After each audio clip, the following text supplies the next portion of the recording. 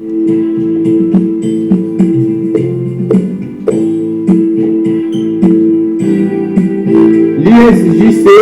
l'intimité avec le Seigneur Jésus-Christ, l'assurance absolue du salut de ton âme.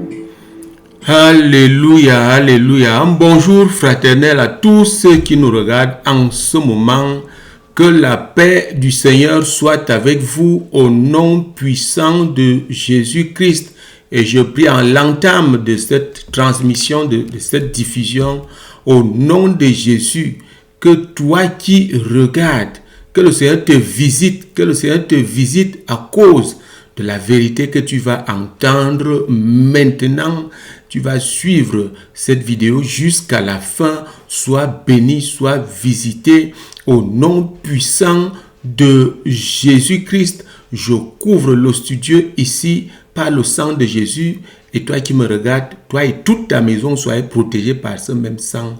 Au nom puissant de Jésus-Christ, nous avons prié. Amen. Alléluia. Je suis très content de vous retrouver ce matin, ce jour, dans le cadre de notre émission, le quiz, l'émission la plus spirituelle de l'ISJC, International Ministry. Intimité avec le Seigneur Jésus, l'assurance absolue du salut de ton âme. Oui, c'est Jésus-Christ face à face ici qu'on te donne. Ce n'est pas Jésus de l'histoire, mais Jésus réel, Jésus vivant. Je vais donc t'inviter à faire toujours une alliance avec le Seigneur lorsque tu tombes sur une vidéo de l'ISJC. Clique sur abonne-toi. Ça brille là, le rouge qui brille en bas de cette vidéo. Et puis tu peux faire des recherches. Il y a une flèche là, une flèche noire à côté du titre. Tu cliques sur cette flèche et puis tu as les informations de notre chaîne YouTube. Tu as le numéro WhatsApp. Tu as l'email, tu peux poser des questions, tu peux réagir et puis il y a bien de choses que le monde va découvrir derrière cette vision, ce ministère, l'intimité avec le Seigneur Jésus-Christ, des vérités qui ne sont pas dites. Et le Seigneur nous a mandatés pour sortir l'Église de l'obscurantisme et lui assurer un salut éternel. Eh bien, ne manque donc pas de faire l'œuvre de Dieu. Transfère toujours cette vidéo à toutes tes connaissances afin de sauver les âmes. Eh bien, nous démarrons tout de suite notre quiz, le quiz 70. Mais nous allons donc corriger le quiz 69. Et vous savez que c'est là où le Saint-Esprit nous enseigne en quelques temps seulement, en quelques minutes. Nous avons des enseignements fleuves qui peuvent transformer ta vie et assurer ton éternité. Voilà pourquoi nous sommes là. Voilà pourquoi on peut s'appeler Église. Le seul but ici, c'est de sauver une âme quelque part. Eh bien, le quiz disait quoi? Méditez sur Jean chapitre 16. Sur Jean chapitre 16, donc. Et vous trouvez donc le verset 23. La question était la suivante. À quoi renvoie la déclaration du Seigneur Jésus quand il dit « En ce jour-là ». Je peux lire si vous voulez. « En ce jour-là, vous ne m'interrogerez plus sur rien. En vérité, je vous le dis, ce que vous demanderez au Père, il vous le donnera en mon nom. » J'ai expliqué ici. King James, ça a été transformé. King James dit bien, en ce jour, vous n'allez rien me demander. En vérité, tout ce que vous demanderez au Père, il vous le donne. Vous voyez le présent, il vous le donne. Demander ici veut dire qu'on attend quelque chose de son Père. Voilà, le sens a été détourné ici. Le sens a été détourné dans la version Louis II. Et je vais vous dire ici, King James, la Bible en anglais, King James est plus vrai. Presque rien ne manque dedans, puisqu'il est traduit de l'hébreu, directement de l'hébreu. Alléluia. Donc je vais lire comme si c'était la vraie version. En ce jour, En ce jour-là, vous n'allez rien me demander. Vous n'allez rien me demander en vérité, tout ce que vous allez demander au Père, en mon nom, il vous le donne. Alors la question, en ce jour-là renvoie à quoi? En ce jour-là renvoie à quoi? Ça veut dire quoi? C'est quel jour? Alléluia. Eh bien, il fallait beaucoup méditer. Je n'ai pas donné d'indication. Il fallait donc beaucoup méditer. Et c'est ce que moi j'ai fait. Et voici, j'ai trouvé beaucoup de choses. Nous allons chercher donc dans les Écritures. Nous partons ici, dans ce même chapitre où nous nous trouvons. Jean chapitre 16. Le verset 20 nous dit quoi? Le verset 20 dit ceci. Le verset 20 nous dit ceci. Ok, le verset 20 dit, en vérité, je vous le dis, vous pleurerez et vous vous lamenterez, et le monde se réjouira. Vous serez dans la tristesse, mais votre tristesse sera changée en joie. Vous voyez comment il prophétise. Vous serez dans la tristesse, mais votre tristesse sera transformée en joie. C'est comme ça qu'il parlait. Vous comprenez? Maintenant, il continue. Le verset 22 nous dit quoi? Vous donc aussi, vous êtes maintenant dans la tristesse, mais je vous reverrai et votre cœur se réjouira et nul ne vous ravira votre joie. Vous comprenez? Voilà comment il prophétise. Nul ne vous ravira votre joie. Votre cœur se réjouira, mais nul ne vous ravira votre joie. Et donc, pour conclure, il dit, en ce jour-là, vous n'allez rien me demander. Mais en vérité, tout ce que vous demanderez au Père, en mon nom, il vous le donne. Voilà la vraie version. En ce jour-là intervient donc, après avoir prophétisé que non, quelque chose va se passer. Eux, ils ne retenaient jamais les Écritures. Nos amis là, nos apôtres, ils ne retenaient pas. Jésus avait tout dit. C'est vrai qu'il parlait aussi en parabole. Mais il leur dit, quelque chose va se passer, vous serez dans la tristesse. Le monde va se moquer de vous. Mais un peu de temps seulement après, vous serez encore dans la joie. 16 versets, vous voyez un peu, vous allez, c'est-à-dire que juste un peu de temps après cela, c'est-à-dire 3 jours, la durée de 3 jours, vous allez me revoir. Ça se dit d'abord, il dit d'abord ça dans Jean chapitre 14, le verset 19. Voici Jean chapitre 16 ici, il dit encore un peu de temps et vous ne me verrez plus, et puis encore un peu de temps et vous me verrez parce que je vais au Père. Jésus devait donc revenir après sa résurrection, mettre cette joie dans leur cœur. Bon, ce que nous allons voir maintenant, ensuite poser donc le problème. Cette joie, effectivement, ils l'ont eu. Allons dans Jean chapitre 20 et le verset 20. Ils ont eu cette joie. À cause de quoi? De la résurrection du Seigneur. Alléluia.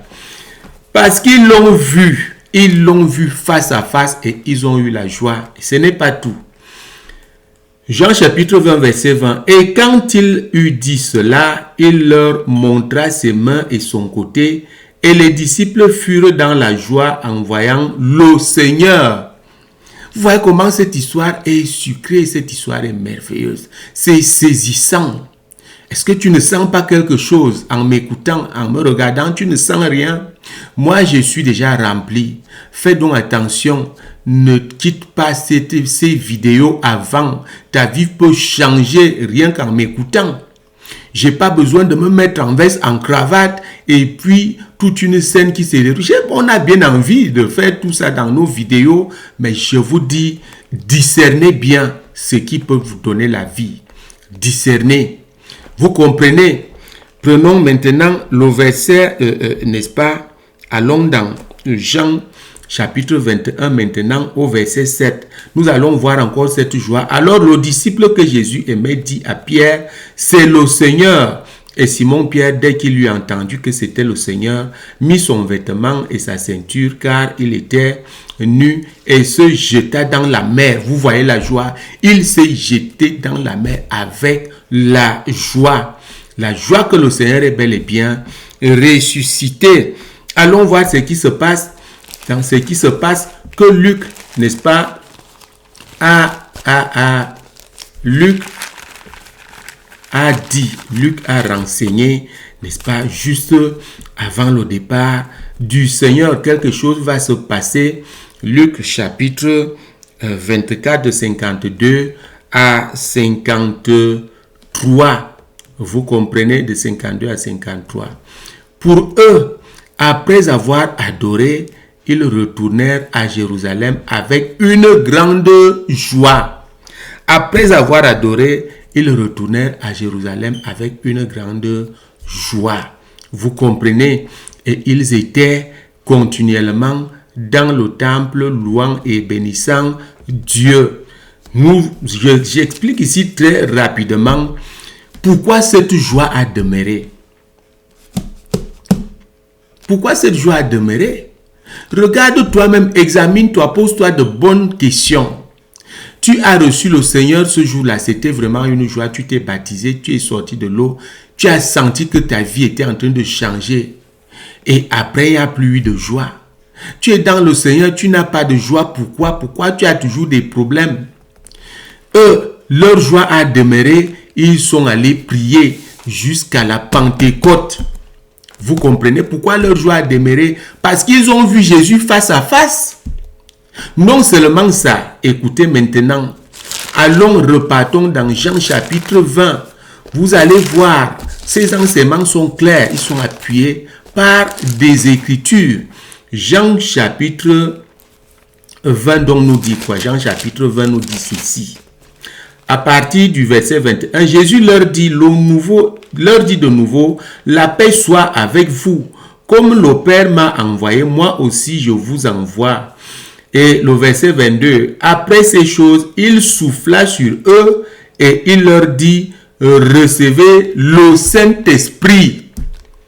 Quand tu reçois le baptême du Saint-Esprit, quand tu es rempli du Saint-Esprit, la joie est dans ton cœur. Ce n'est pas la joie que le monde donne. Ce n'est pas la joie que l'on reçoit après un exploit, après avoir marqué un brillant but, n'est-ce pas, au football qui qualifie son pays à la Coupe du Monde. Non, ce n'est pas cette joie, la joie de la fête, on vient de se marier, alors que le mariage même c'est un lot de problèmes. Ce n'est pas cette joie-là. C'est la joie qui demeure, c'est la joie du Saint-Esprit. Vous comprenez maintenant pourquoi quand ils ont reçu le Saint-Esprit, vous comprenez, ils ont reçu le Saint-Esprit maintenant que Jésus était ressuscité. Et voilà, chers frères et sœurs en Christ, comment ils sont rentrés, ils ont vu Jésus repartir. Ils l'ont vu repartir à Béthanie. Ils sont rentrés à Jérusalem dans la joie. Et la Bible dit qu'ils sont rentrés seulement en prière. Ils étaient donc tous en prière. Voilà ce que le Saint-Esprit donne. La joie, l'amour des Écritures, l'amour de la prière, l'assiduité. L'assiduité.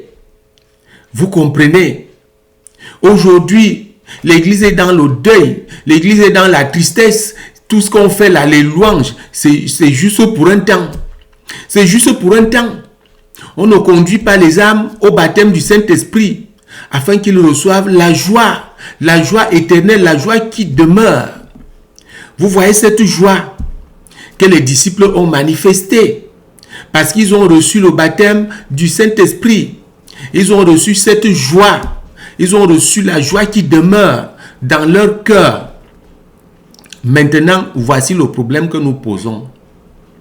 Quand nous voyons tout ceci, vous comprenez, je vais vous montrer quelque chose, ça arrive à la fin de cette vidéo. Si quelqu'un part avant, eh bien tu rates la révélation. La révélation ici est que jusqu'aujourd'hui, nous avons maintenu l'Église dans l'histoire de Jésus-Christ et ses disciples. Vous comprenez, lorsqu'on lit ces choses à l'Église et qu'on ne perce pas la révélation, Pour avoir cette révélation, il faut avoir rencontré Jésus-Christ face à face. Face à face, tu es qui aujourd'hui? Tu as une église. Qu'est-ce que tu enseignes concernant ce sujet? Tu enseignes quoi? C'est une histoire que tu racontes aux brebis chaque jour. C'est une histoire qui ne peut pas transformer la vie, qui ne peut pas amener l'église à rechercher la face du Seigneur Jésus-Christ. Le christianisme étant une révélation personnelle face à face du Seigneur Jésus. Vous trouvez cela dans Genèse, vous trouvez cela dans Jean chapitre 6. Voici la révélation. La révélation est que il parlait, il leur disait, vous allez me voir juste après. Et ils l'ont vu. Ils l'ont bel et bien vu. Mais aujourd'hui, tout le christianisme, toute la chrétienté doit, n'est-ce pas, consister à nous identifier à ces gens qui ne sont plus là. À nous identifier à ces gens qui ne sont plus là. Aujourd'hui là, est-ce qu'on voit ce Jésus-Christ face à face? Nous devons faire la même chose. L'Église doit voir le Seigneur Jésus face à face aujourd'hui. C'est pourquoi je plains tous ceux qui ne veulent pas comprendre cette vision. Cette vision est réelle. L'Église doit s'identifier au Seigneur Jésus-Christ. L'Église doit s'identifier aux disciples. À cette époque-là, ce qu'ils ont reçu, l'Église doit recevoir. Ce que l'Église a vu, l'Église doit, ce que les apôtres, les disciples ont vu, l'Église doit voir. Jésus-Christ a prophétisé. Ça ne concernait pas seulement cette époque, ça concernait cette époque-ci. Puisque nous sommes bel et bien là, nous nous disons chrétiens, je te pose donc la question aujourd'hui, as-tu déjà vu le Seigneur face à face? Voilà pourquoi ta vie ne change pas. Voilà pourquoi l'Église est dans le deuil, malgré les fêtes temporelles, les quelques fêtes pour quelques temps. Dès qu'on rentre chez soi, c'est les problèmes qui continuent. C'est les mêmes problèmes. Les gens reçoivent les délivrances ne demeurent pas. Ils reçoivent les guérisons, les maladies reviennent. Ils reçoivent les percées, Satan enlève tout. Pourquoi? Parce que l'Église n'est pas attachée au Seigneur Jésus-Christ. Comment être attaché au Seigneur? 1 Corinthiens chapitre 6 verset 17. Celui qui s'attache au Seigneur devient même esprit avec lui. Et où? C'est dans son intimité. Voici cette vision, voici ce ministère qui vient vers toi. Si tu fermes la porte, je peux te dire tu es égaré. Tu fermes la porte à ce ministère. Nous avons cette révélation. L'intimité avec le Seigneur Jésus-Christ. Et ce qui te permet de t'identifier aux disciples, aux apôtres. Ces gens ont eu une grande grâce. Tous ont été sauvés. Tous ont marqué l'histoire. C'est grâce à eux que nous avons ces paroles. C'est grâce à eux que nous avons le Nouveau Testament. C'est grâce à eux que nous avons les épîtres. C'est grâce à eux que nous avons la prophétie concernant le retour du Seigneur. Apocalypse. Pourquoi? Parce que ils ont attendu. Ils ont attendu et ils ont vu le Seigneur de retour. Le Seigneur les a impactés. Il les a impactés. Vous comprenez? Il leur a donné cette chose-là qui maintient la joie dans le cœur. Le simple fait de voir le Seigneur face à face, je te le dis, c'est un défi. Accroche-toi à cette vision. On va t'enseigner. Le simple fait que tu vois le Seigneur face à face, ta vie est transformée. Ta vie est transformée. Et si tu es obéissant, tu ne peux plus perdre ton salut. Je vais vous informer ici que quand on est de nouveau, on sort de l'eau, le baptême d'eau par immersion, on est vraiment sauvé. On est sauvé, mais qu'est-ce qui se passe? On est sauvé ici parce que le vieil homme est parti. La racine du péché part dans l'eau. Mais qu'est-ce qui se passe? Juste après, les péchés recommencent et personne ne vous enseigne. Personne n'enseigne. Le péché se réinstalle. Les affaires comme le baptême du Saint-Esprit, on ne les trouve même pas à l'église aujourd'hui. Comment est-ce qu'on peut grandir sans le baptême du Saint-Esprit? Comment on peut aimer la parole de Dieu sans le baptême du Saint-Esprit? Comment on peut être puissant? Comment on peut repousser Satan? Comment on peut avoir le discernement? Comment on peut maintenir cette joie si on n'a pas, par exemple, le baptême du Saint-Esprit? Et voilà, chers frères et sœurs en Christ, le problème de l'église aujourd'hui, c'est que la joie n'est pas. Pourquoi? Parce qu'on n'a pas encore vu la face du Seigneur. Voilà la révélation l'Église doit s'identifier aux apôtres à cette époque-là. Comment voir Jésus-Christ face à face? ISJC, viens donc vers vous. Viens vers toi qui est déjà là installé. Viens vers toi. Tu ne sais même plus quoi dire aux âmes. Je vois des gros titres, des titres qui flattent. Ce n'est pas là le problème. Ce n'est pas là le problème. Quand ces gens-là rentrent chez eux, ils ont des problèmes. Ou quand ils regardent une de ces vidéos qui sont là, ils ont des problèmes. Après, rien ne change. L'Église doit s'identifier aux disciples dont eux, ils ont vu le Seigneur. Aujourd'hui, nous devons le voir. Comment? À travers l'ISJC, à travers l'intimité avec le Seigneur Jésus-Christ. Nous sommes là pour ça. Contactez-nous pour vous former, pour vous montrer la route. Nous l'avons reçu d'un homme et c'est les hommes qui vont transmettre de génération en génération. Le contact avec l'ISJC, donne cette impactation. Tu peux bricoler, tu peux essayer seul, tu peux essayer, tant mieux si tu arrives. Vous comprenez? Voilà cette chose. Tout chrétien doit pratiquer l'intimité avec le Seigneur Jésus-Christ. Et je vous dis, ça ne se passe pas à l'intérieur de l'église. Parce qu'on va nous dire maintenant, on fait ceci, on fait ça. Non, on n'a rien à voir avec les églises qui sont déjà là. Vous comprenez? Nous irons sur le terrain et enseigner ces choses à l'intérieur de l'église, mais ça se pratique dans ta maison. Tu choisis la montagne où tu veux, ça te regarde. C'est là où tu vois le Seigneur Jésus face à face. L'église était juste un devoir pour la communion fraternelle et tout ce que nous devons faire pour le Seigneur. Voilà pourquoi nous allons à l'église. Nous allons aussi pour être enseignés. Nous allons pour recevoir les délivrances, les guérisons, c'est vrai. Mais en ce qui concerne ton salut, je t'avertis encore aujourd'hui, ton salut dépend de toi-même. Si tu dors, tu ne seras pas sauvé. C'est pas l'église là, c'est pas là où tu pars là. Si tu dors chez toi, tu ne fais rien, tu ne seras pas sauvé. Il n'y a pas de salut pour ceux qui dorment. Ils ne cherchent pas la face du Seigneur Jésus-Christ. C'est chez toi dans ta chambre que tu vas aménager là. Tu vas t'asseoir là-bas, tu commences à prier. C'est là que le Seigneur va se révéler à toi. Une fois que c'est fait, c'est fini. Personne ne peut plus te tromper. Il t'amène directement au Père. Contactez-nous. Il faut que cela commence. Que le Seigneur vous bénisse. L'ISJC est disposé à collaborer pour sauver véritablement l'Église. Qui es-tu aujourd'hui? Tu te dis chrétien. Aimes-tu réellement le Seigneur? Tu te dis prédicateur, tu te dis apôtre, prophète et tout ça. Aimes-tu réellement le Seigneur? Ouvre donc cette porte et que tes âmes voient le Seigneur Jésus-Christ face à face. C'est possible. C'est ce que le Seigneur a prévu. C'est ce que le Seigneur a prévu. Tu aimes réellement le Seigneur. Ne ferme pas la porte à l'ISJC.